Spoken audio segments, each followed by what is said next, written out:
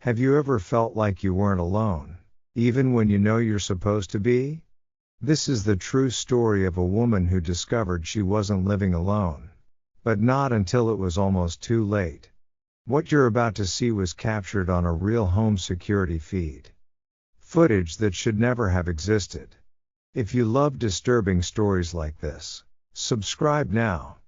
And turn on notifications. Because the next story might be yours. I used to love living alone. There's a certain peace in solitude, a quiet you can't find anywhere else. You know every creak, every hum, every little sound your space makes. But one day, I noticed something was off. It started with small things.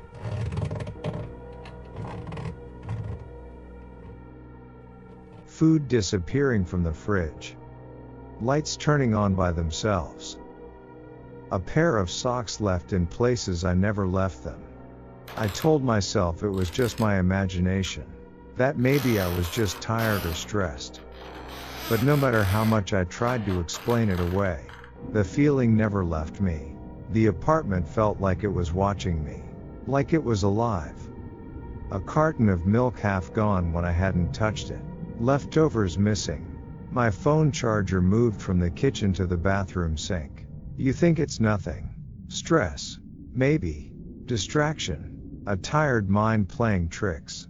But it kept happening. At first, it was little things. Then came the breathing. Not mine. I woke up one night around 3 a.m. Frozen in bed. Heart pounding. Ears straining. I heard it clearly, a slow, wet breathing coming from under my bed. I didn't dare move. The sound wasn't natural. It was patient, hungry, waiting. Even when I held my breath, it kept going. I stayed still until dawn, afraid to look. When I finally glanced under the bed, there was nothing there, but I didn't feel relief. Instead, I felt like something was laughing at me for checking. Desperate for proof, I bought a motion-activated camera and set it up in the corner of my room. The red recording light blinked steadily in the dark. The next morning, I watched the footage, my heart racing. For hours, nothing happened.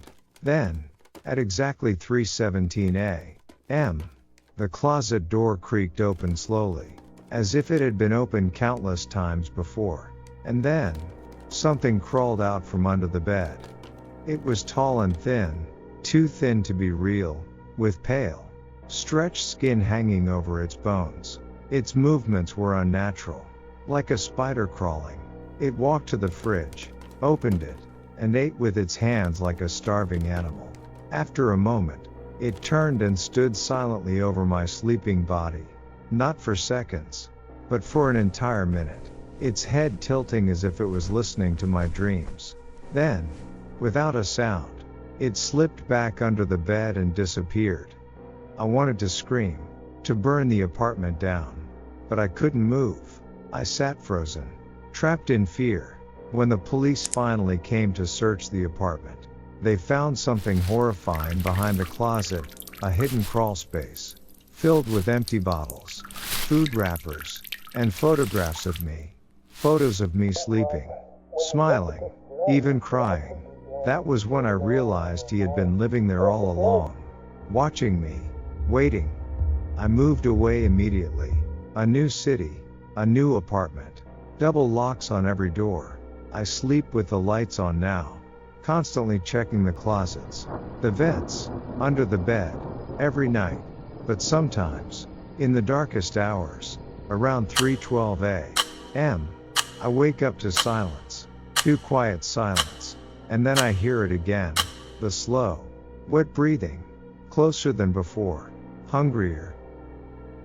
He never left. She thought moving out would be the end of it. But darkness doesn't live in walls. It lives in silence, in shadows, in places we never look. And when the lights go out, it always finds a way back. If this story gave you chills, there are more waiting for you. Subscribe.